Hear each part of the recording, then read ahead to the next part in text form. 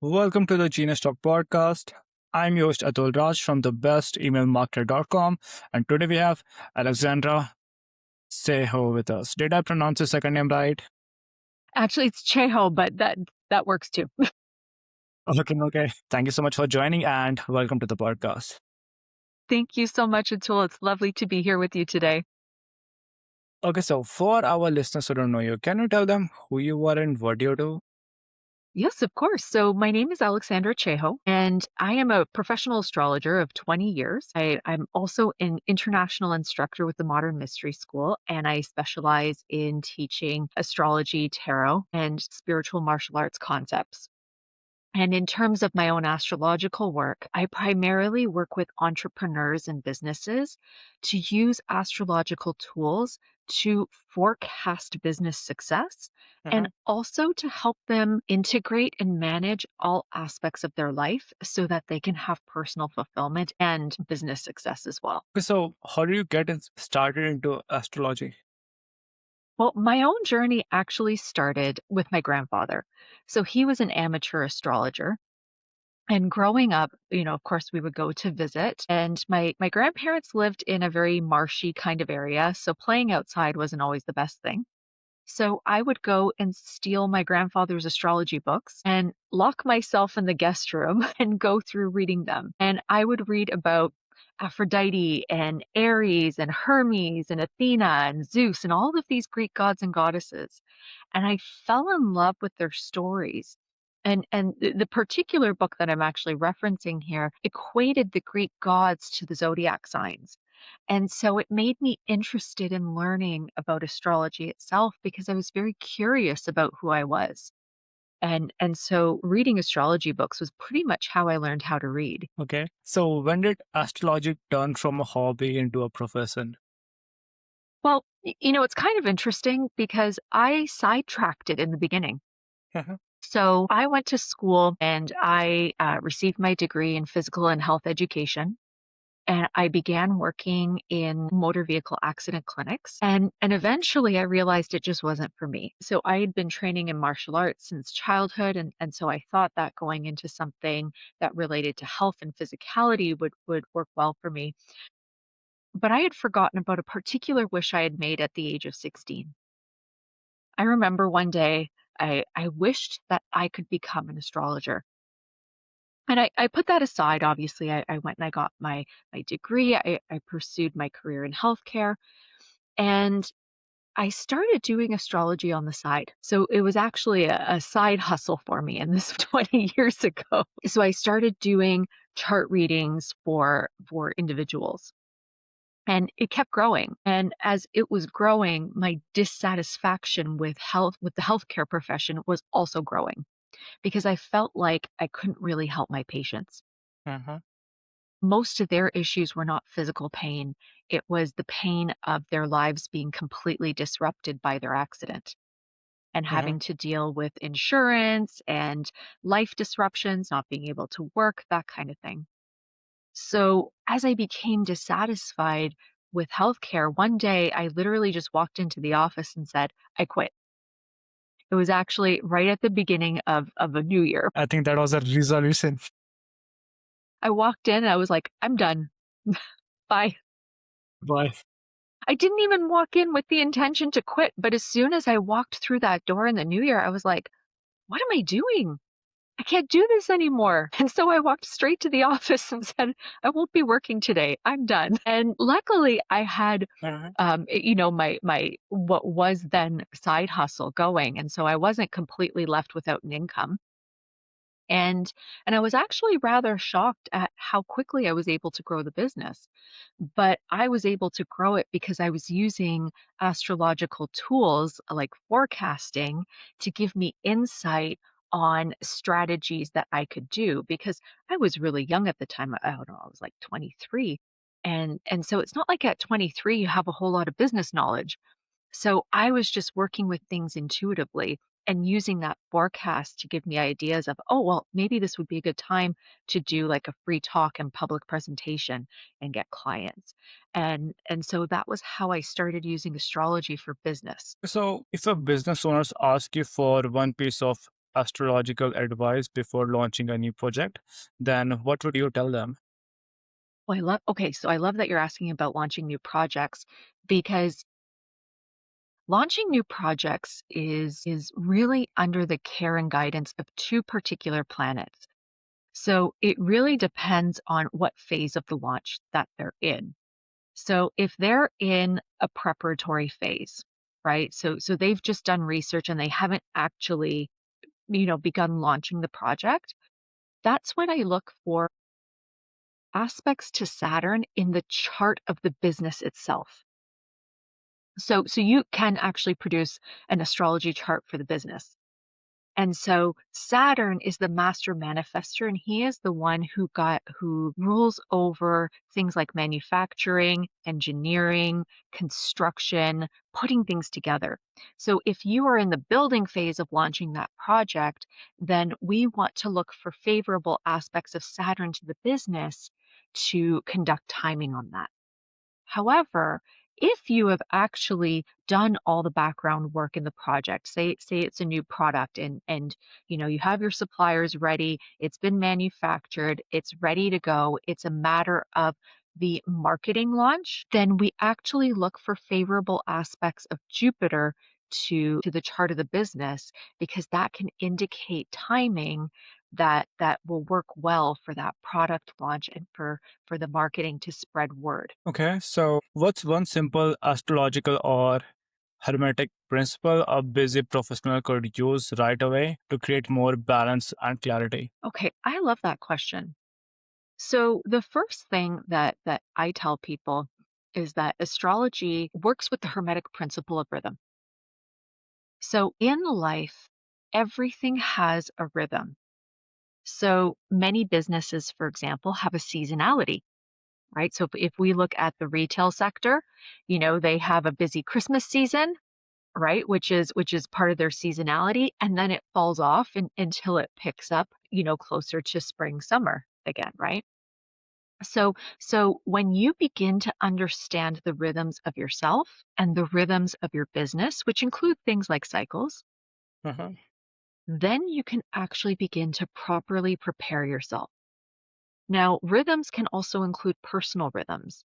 So as an example, Atul, are there days of the week that you know that you're going to be at your best versus other days where you know you're going to have to grind through to get things done? Yes. Yeah. So knowing that, would you not structure your work week so that the hardest things that are going to need you to be at your best are done on those days where possible? I mean, Yes. sometimes you can't get around it, right? But you would structure your week in such a way, knowing and understanding your own rhythm.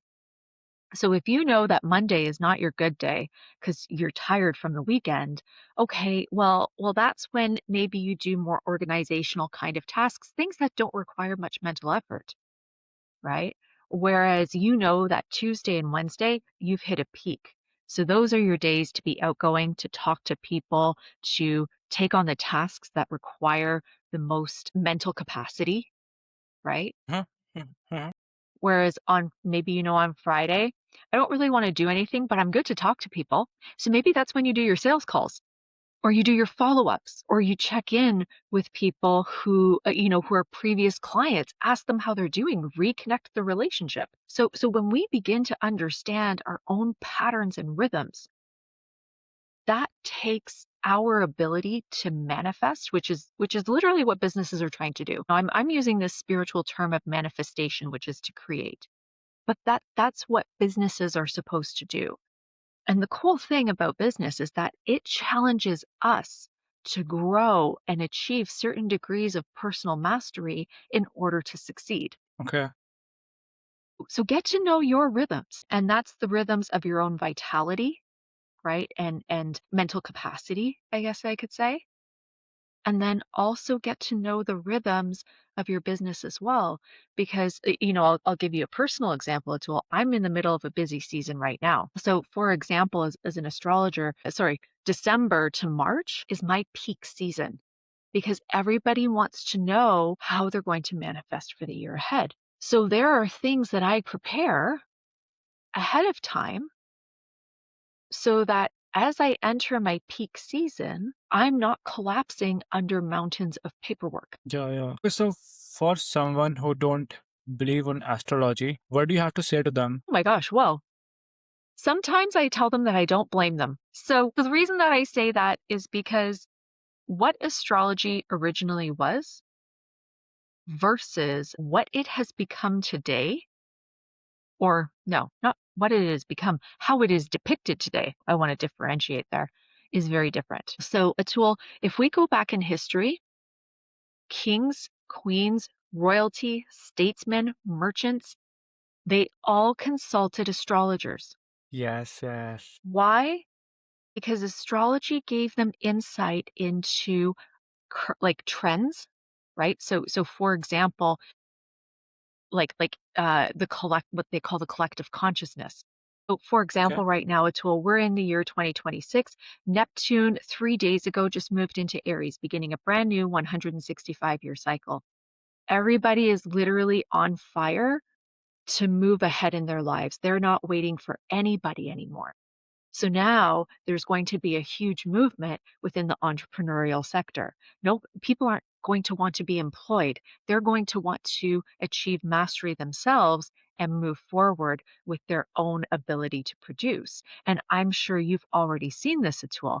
We've felt this energy. It started last year because Neptune just dipped his toe in, but now people are going to be go, go, go. They're not willing to accept the circumstances that are just handed out to them. Mhm. So kings and queens would consult this kind of information, right? And astrology back then gave them insight into, for example, political trends and how people were thinking.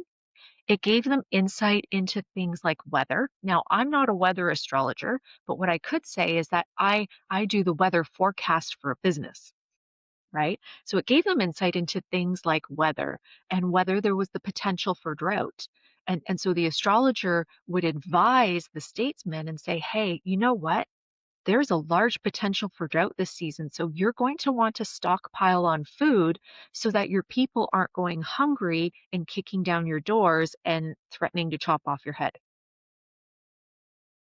Yeah. And then, of course, in our modern day, we have the luxury of what I call historical astrology, because historical astrology takes major influences and revisits what has occurred over time that is tied to those incidents. So, for example, in 2020, we had the Saturn Pluto conjunction.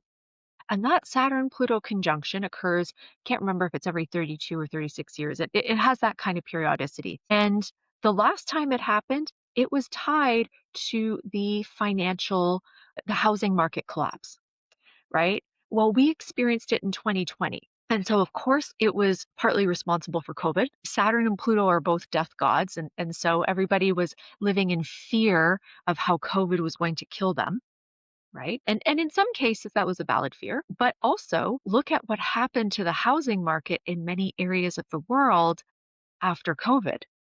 So there was this massive balloon making everything so expensive. I live in Toronto, and so that was drastically felt because it is a very big real estate bubble. And then subsequently, there's going to be a collapse because there are many people tied into mortgages that they can't afford. And so there's this periodicity of, if I remember correctly, it is 36 years, where you experience major events like real estate bubbles, or, in our case, a pandemic that was linked to the real estate bubble. Now, there are also other historical events happening that begin later this year. So as another example, we have Uranus moving into Gemini.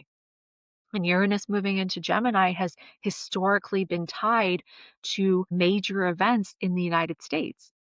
And so everything from its founding to its civil war to Pearl Harbor, to current civil unrest are all tied to Uranus moving into Gemini for the United States. So when you understand historical events like this can also help you understand how to frame yourself as a business. What's going to be relevant? Are there shifts and pivots that I need to make? Mhm. especially when you're a larger scale business. Now, I mean, if you look at JP Morgan, right? Yeah. Brilliant banker. I'll quote him here. Millionaires don't use astrology.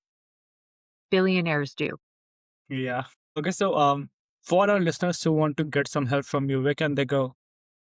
Well, I would be honored to work with anybody who wants to use metaphysical tools to manifest goodness in the world through their business. So they can find me at astrologerroyale.com. And there's all sorts of information and tools on how to use astrology for your business, as well as information about business forecasting and personal forecasting as well. Okay, Alexandra, thank you so much for joining us, and it was really fun chatting with you. Thank you so much, Atul. I had a wonderful time.